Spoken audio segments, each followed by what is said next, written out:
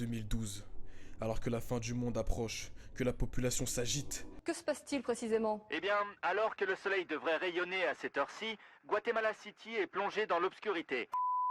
Un manga entre en scène pour réécrire l'histoire. Ce manga, c'est City Hall.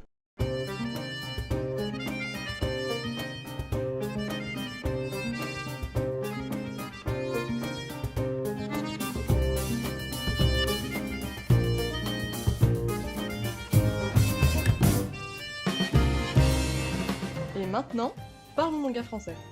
City Hall est un manga en 7 tomes, paru en juin 2012 aux éditions Ankama. Il est scénarisé par Rémi Guérin et dessiné par Guillaume Lapère. Imaginez un monde où tout ce que vous écrivez prend vie. Que feriez-vous alors si le papier disparu depuis plus de 200 ans réapparaissait dans les mains de Black Fall, le plus grand esprit criminel de ce siècle? À situation exceptionnelle, mesure exceptionnelle, les forces de police de City Hall vont devoir faire appel aux deux plus fines plumes de Londres, Jules Verne et Arthur Conan Doyle. Et les personnages sont directement inspirés des écrivains du même nom. Jules Verne. Jules Verne était un écrivain français né au début du 19e siècle. Il a notamment écrit les célèbres Le Tour du Monde en 80 jours ou encore 20 000 lieues sous les mers.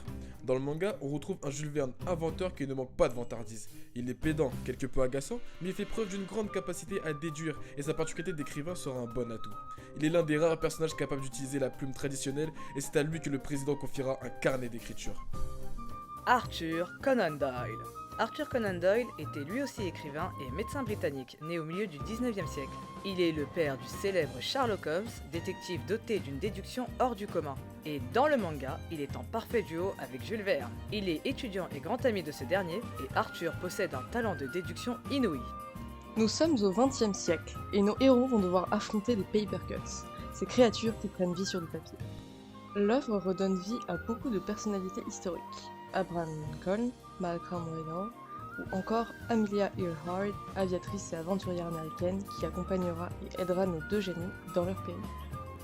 Et pour les points positifs, City Hall est un manga riche en références historiques, et ça, c'est une très bonne chose pour redécouvrir des personnalités connues dans un aspect moins scolaire et plus romancé.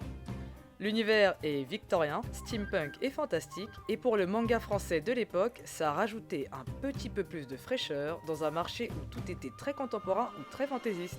Et ce qui est encore plus fantastique, c'est qu'il a reçu le prix du meilleur manga 2012, Délire Canal BD, et celui de la meilleure BD du style manga chez Animeland. Et si vous voulez plus de Guillaume Lapère et Rémi Guérin, vous pouvez aussi découvrir Booksters, la Brigade Temporelle et actuellement les légendaires sagas.